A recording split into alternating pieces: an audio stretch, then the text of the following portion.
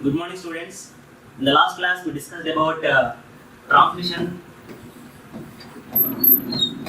system plan.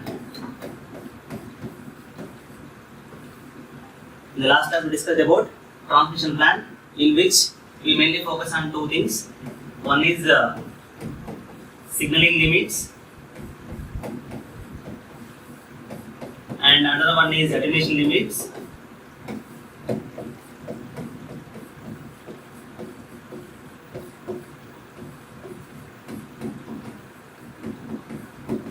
Coming to signal limits,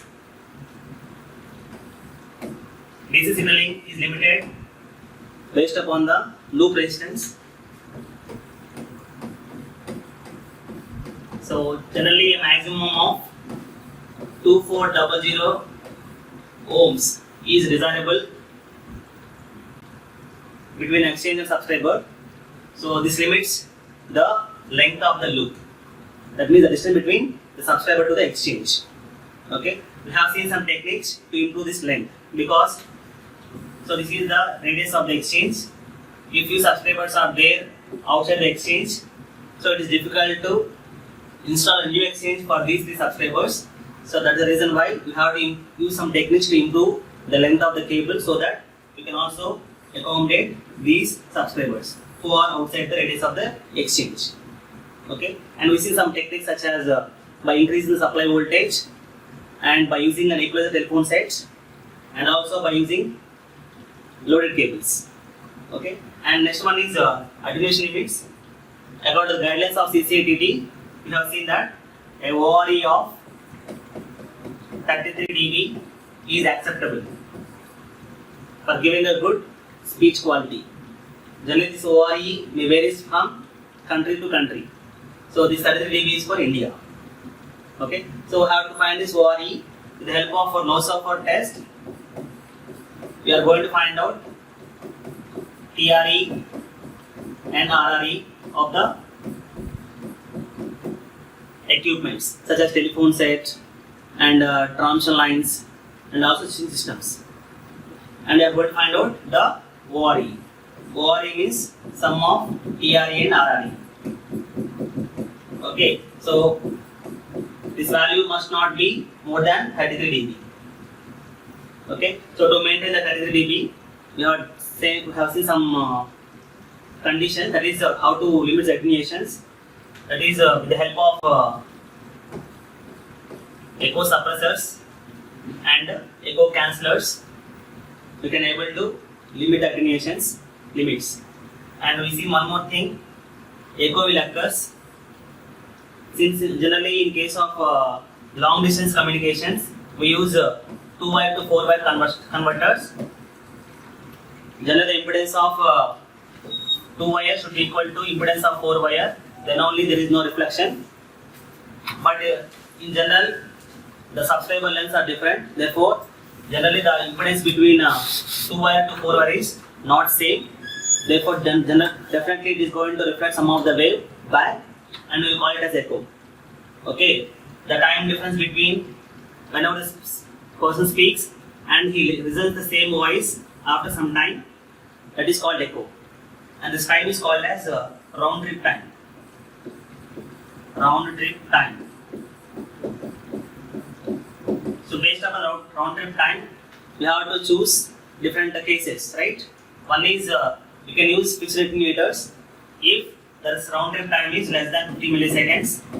If the round trip time is more than 50 milliseconds, we can use either echo suppressors or echo cancellers. So echo suppressors are voice activated attenuators. So these are the topics we have covered in the previous class. Now in this class, we will discuss about signaling systems, signaling techniques. Okay, generally signaling system is going to connect a variety of equipments such as switching exchanges, telephone networks, and subscriber equipments. Okay, for proper functioning of the network. So therefore, the signaling technique is very important. Signaling system is very important. There are three forms of signaling systems. Okay, one is called as subscriber loop signaling, another one is called as intra-exchange signaling, and third one is inter-exchange signaling. So already we know about this subscriber loop signaling. We have studied it in previous classes. So what are the subscriber loop signaling? Dial tone, ring tone, busy tone, hook off signaling. So these are some of the subscriber loop signaling, and these are the DC signaling. And also we seen some of the multi-frequency signaling also, that is with the help of touch tone signaling. It is possible to transmit the signal information between the subscribers, which is called as DIVA, data in voice answer. This is one of the application of using a multi-frequency signaling, which is an intermittent signaling. So there are topics already covered in the previous classes. That is called subscriber loop signaling. Okay. Now what is the intra-exchange? Intra-exchange means the signaling within the exchange, and we studied this concept while discussing the stored program control concept.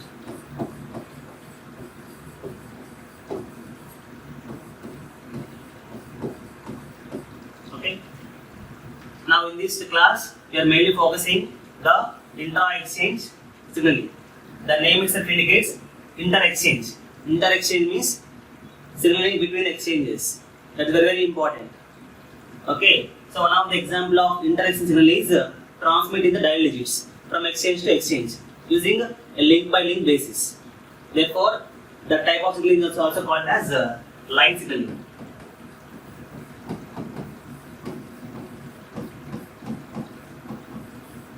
Okay. So what is inter-exchange signaling? Inter-exchange signaling means it is the nothing but transmitting the signal information between the exchanges.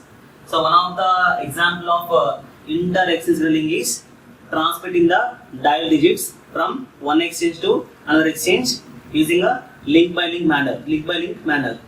Therefore, the type of signal is also called as line signaling. Okay. And here the signal techniques are broadly classified into two major techniques called as in-channel signaling and common channel signaling. Okay, these signaling techniques are majorly classified into two types of signaling. One is called as in-channel signaling, another one is common channel signaling. What's the name in-channel? In-channel means we are using the same channel for both speech as well as signaling. Okay, we are using same channel for transmitting both speech and signaling information. That is called as in-channel signaling. And what is the meaning of common channel? It is uses a separate channel for speech and separate channel for signaling. So for speech it uses one channel, and for signaling it uses another channel. Okay, so this is called as common channel signaling. Now we'll see some of the classifications of this in-channel and common channel signaling. So in-channel, it contains again some four types: DC signaling, low frequency signaling, voice frequency signaling, and PCM. In voice frequency, again two types: in-band and out-band.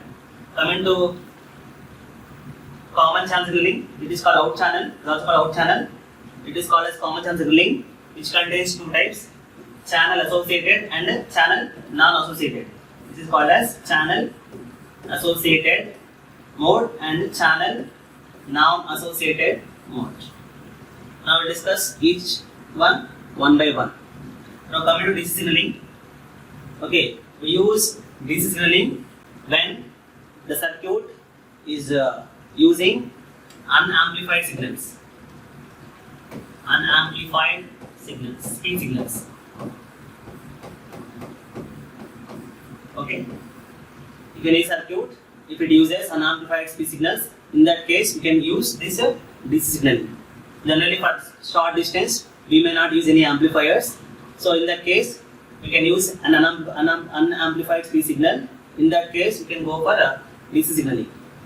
And coming to low frequency signaling, So we use this type of signaling when it uses amplified speed signals in the circuit. So both this DC and low frequency signaling are reliable and cheap, but you cannot use these type of signalings when we are going for a FDM. So in case of FDM technique, we have to use voice frequency signaling. Okay, and coming to the for digital transmission, we have to use TCM. That is, TDM supports TCM signaling. Okay. Now coming to the topics of voice band, here you can see two things: in-band and out-band signaling. Okay. So coming to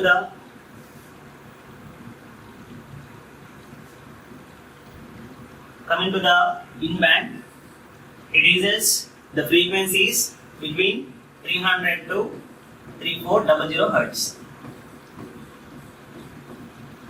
Okay, it uses the voice frequencies between 300 to 3400 Hertz per signaling. And out-band means it uses 3400 Hertz to 4000 Hertz for signaling. Okay, so since we are using voice frequencies for signaling, okay, so wherever the speech transmits, okay, we can also transmit our signal information. Therefore, end-to-end signaling is possible with the help of in-band signaling.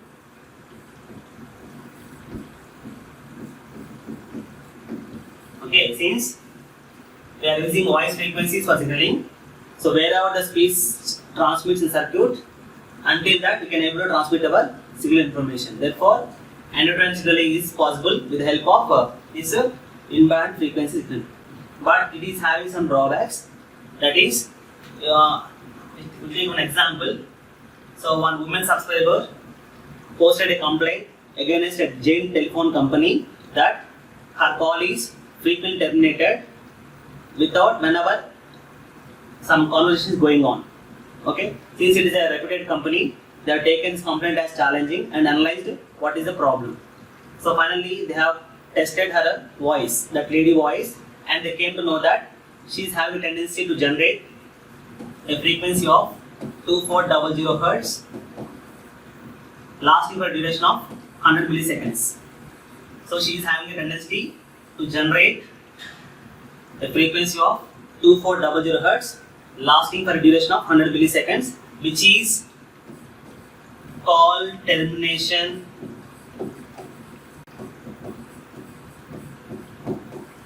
signaling.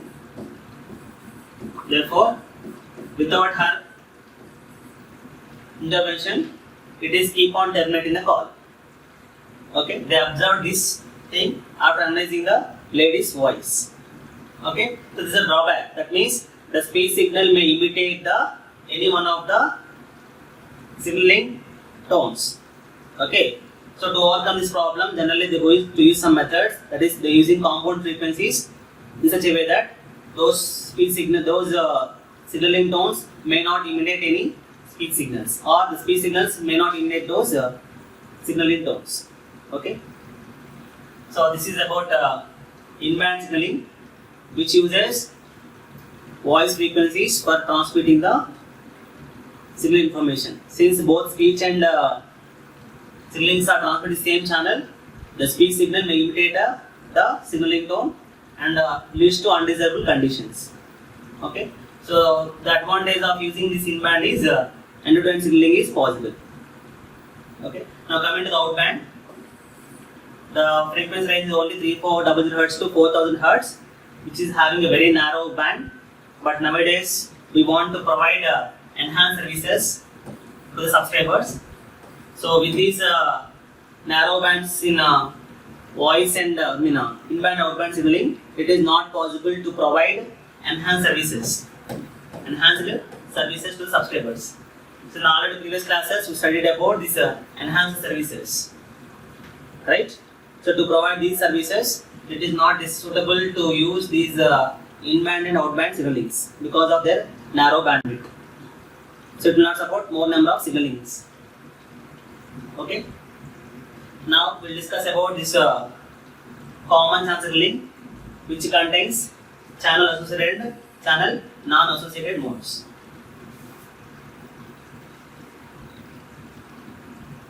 So modes of common channel signaling.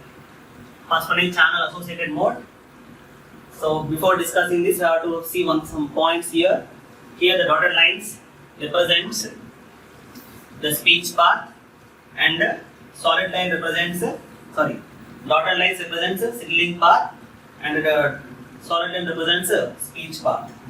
If you observe the same thing in diagram, here the speech path and signaling path are parallel. Okay, that indicates that is called channel associated mode. The speech channel and signaling channel are parallel. The advantage of using this type of structure is it is easy to lay the network, because both are, there is no need to, the labor work is less, because at a time you are going to provide the channel for speech as well as channel for signaling. Okay, and here you see some more boxes here. This rectangular box is called as STP, signal transfer points, and the circle represents switching systems. Okay, it is also called as signaling points. Signaling points means the place where the signal information originates is called as a signaling point. So here I have to remember two things. One is this SP is not capable of routing the message. It can control the, handle the control messages, but it is not capable of routing the control messages. Whereas STP can able to handle the control message as well as it can route the control messages. Okay. Therefore, in some cases, we may not use these SPs. Only with the help of STP, we can perform both the things. Where the signaling information is not required to generate, because these SPs are going to generate the signaling informations. Okay. So in this diagram, you can observe that the topologies of the signaling network are same as that of speech networks. Okay. This is the topology of a signaling network, which is same as that of the speech network. Okay. So this is the channel associated mode. And next one is the channel non-associated mode. It is not always required to have an SP as well as STP. So if you observe here it contains only STP. There is no SP. Even though you can able to transmit both speech and signal information. If you observe here, the the topology of speech network is not same as that of topology of the signaling network. Hence the name channel non-associated mode. The advantage of using this is the cost is less. That means the number of equipments you can reduce, because all the places it is not required to have both SPs and STPs. Therefore, you can reduce the system cost. But the labor work is more, because they have to separately lie the speech path and they have to separately lie the signaling path. Okay. So if you see here, the topology of signaling network is different from the topology of the speech network. Okay. The signal information may follow a different route from that of speech. In the diagram, if you see, so A, C, B is the speech path, and to provide signaling path, it has to use AC, DB is the signaling path. Therefore, they have different topologies. Okay.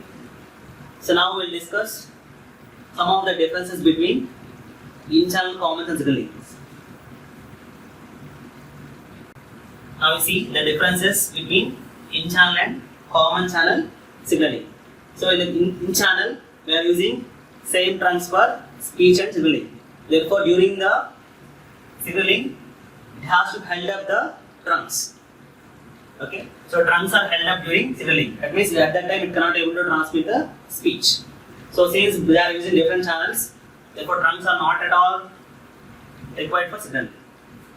Okay, and interface between voice and control signals may occur. That already we seen in the previous topic. Since you are transmitting voice frequencies, signalings, and speech signals in same channel, it may interpret and it may interfere. Since you are using different channels, so voice and speech are no interface cannot take place. And separate signaling equipment is required in each trunk, hence expensive. Okay, it uses separate signaling equipment for each trunk. Here only one set of signal equipment is required for the entire trunk group.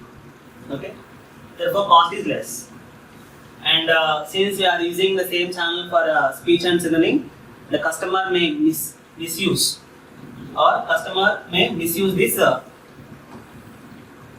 channels. Here there is no access to the subscriber, therefore it is not misused by the subscribers. Signaling is relatively low and signaling is much faster because it has to send sometimes speech and it has send sometimes signaling. Therefore, it is somewhat slower when compared to the common channel signaling.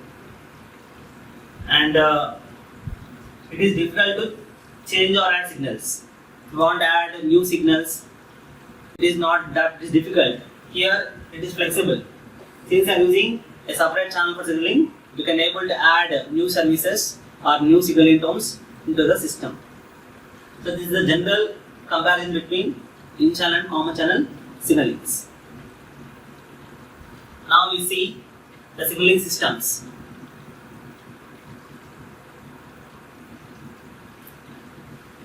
Okay, so far we see now only about the signaling in-channel common signalings. Now we see the signaling systems. Okay, generally the point here noted is international calls, circuits, or international circuits you can say, or international calls you can say. Okay, generally according to the guidelines given by CCITT, okay, in-channel signaling is suitable for providing international signaling. Okay, in-channel signaling will support international signaling. Okay, so they given some guidelines and they have implemented some systems called as signaling systems. We call them as signaling systems.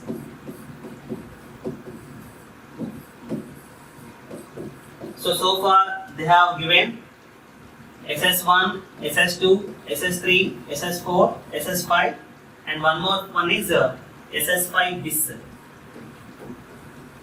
These are the different signaling systems that are keep on developing from the past years. At present we are using SS4 and SS5 signaling standards. So SS1, SS2, SS3 are the oldest signaling system standards which uses only single frequencies. Because of single frequencies, they are having many drawbacks. Okay, so nowadays we are using SS4 which uses compound frequencies. That means it uses two frequencies, 2040 Hz and 2400 Hz as two voice frequencies for providing end-to-end analog signalings. Okay, and one more point here is this SS4 will not support inter-exchange signaling. There is no separate inter-exchange signaling in case of SS4, whereas in case of SS5 it uses a 226 multi-frequency to perform this inter-register signaling. Okay, so here in SS5 you can see two frequencies, 2400 and 2600 Hz of two compound frequencies for signaling, whereas this 2/6 multi-frequency for providing inter-exchange signalings. Okay, so with the help of TASI, what TA stands for? Time assigned speech interpolator. Okay. So coming to this SS4, okay, here it is using two voice frequencies for providing the signaling. Therefore, it uses mainly three things. One is either to use a compound frequency or a single frequency, which is of long or short durations. Here we can see the different types of compound signals, short signals and long signals, and their durations for transmission and recognition. This is called transmission duration, and this is the time for recognition in terms of milliseconds. Generally, here they are going to use the compound frequencies like this. So these are some of the examples of control signals provided by this SS4. The structure here is, generally they are going to add a prefix to the control signal. Generally, for providing this code board, generally they are going to add a compound signal as a prefix. Generally they are going to add a compound frequency as a prefix to the control signal, which is a single frequency signal. It may be long or short. So these are examples here. The control signals PXS. This P stands for prefix, which is a compound frequency signal. Which is a compound frequency signal followed by a control signal, which is of single frequency, and the suffix S indicates it is of short duration. So this is a signal for terminal seizure. Similarly, transit seizure and clear forward and forward transfer. And the suffix L indicates here it is of long, short single frequency and long single frequencies. Okay. So this is about this is the way they are going to implement the signaling functions in SS4, which uses a compound frequency as a prefix followed by a control signal of single frequency, either it is a long or short duration. So generally in SS4, it is going to transmit these signal information in the form of binary codes, and here the binary one is represented by 2040 Hz and binary 0 with 2400 Hz, and the pulse duration is 35 plus or minus 7 milliseconds as a time difference, because 0 and 1, right? So we have to give a pulse duration of 35 plus or minus 7 milliseconds to transmit the signal in the form of binary code words. And the gap between this and average is 35 plus or minus 7 milliseconds. And next one is SS5. Okay. So for SS5, it uses two types of signaling. One is line signaling, another one is interaction signaling. For line signaling, it uses compound frequencies or single frequencies. And for line signaling, it uses 2 out of 6 multi-frequency code board. So generally this SSI is designed with a joint collaboration of UK Post Office and Bell Laboratories. Okay, so while designing this SS5, they are keeping the requirements of TASI into considerations. Okay, while designing this SS5 signaling system, they have keeping the mind that the requirements of TASI, because since they are used for intercontinental cables, we have to use them effectively because the cost is more. We have to utilize these channels very effectively. Okay, so to effectively utilize those channels, we have to equip the cables with a TASI, time assigned signal interpolator, speech interpolator. Okay, so this TASI is used to improve the trunk utilization capacity. Even if you take a full duplex speech circuit, it uses only for 35% of trunks utilization. The trunk utilization is only 35%, which is less than 50%. Therefore, with the help of this TASI, we want to utilize those trunks effectively to increase the trunk utilization factor. Okay. So this TASI users are equipped with speech detectors. speech detectors. That means, so these TASI is going to connect to a channel only when there is a speech. When there is no speech, it is going to disconnect from the circuits or channels. Therefore, whenever only the speech is present, then only it is going to connect to the circuit. Generally, it takes some time to connect the TASI to the channel. Okay? Generally, this time varies, depends upon the traffic. If traffic is less, means generally it is going to take a time of 15 milliseconds to select a free channel and to establish trunk-channel association. Okay, generally it takes 15 milliseconds of time to select a free channel and to form a trunk association, channel trunk association. So during this time interval, what happens? The speech may clip off. The speech may clip off. Not only speech, the signaling information may also clip off. So for that problem, they are going to use they have to assign some hangover time to the speech detectors. So until that time, even though the speech gap is present, it will not dissociate from the trunks. Okay?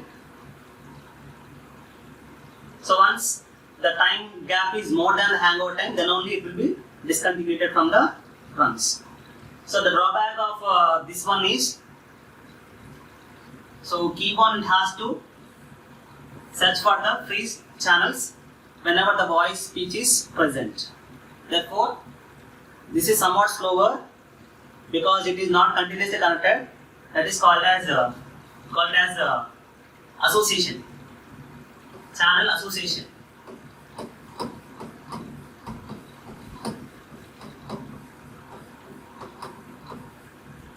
So it is not continuous. In case of SS5, okay, which is using TASI, contains channel, it does not contain channel association continuously during the entire transmission. Okay, so the next class we'll see some methods to improve this speed with the help of channel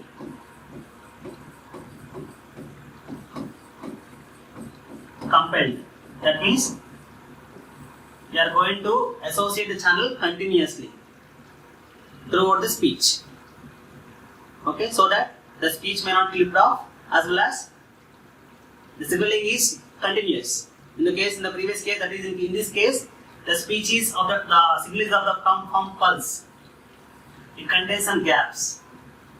Okay, in case of TAS equipped SS5, it uses pulse signaling.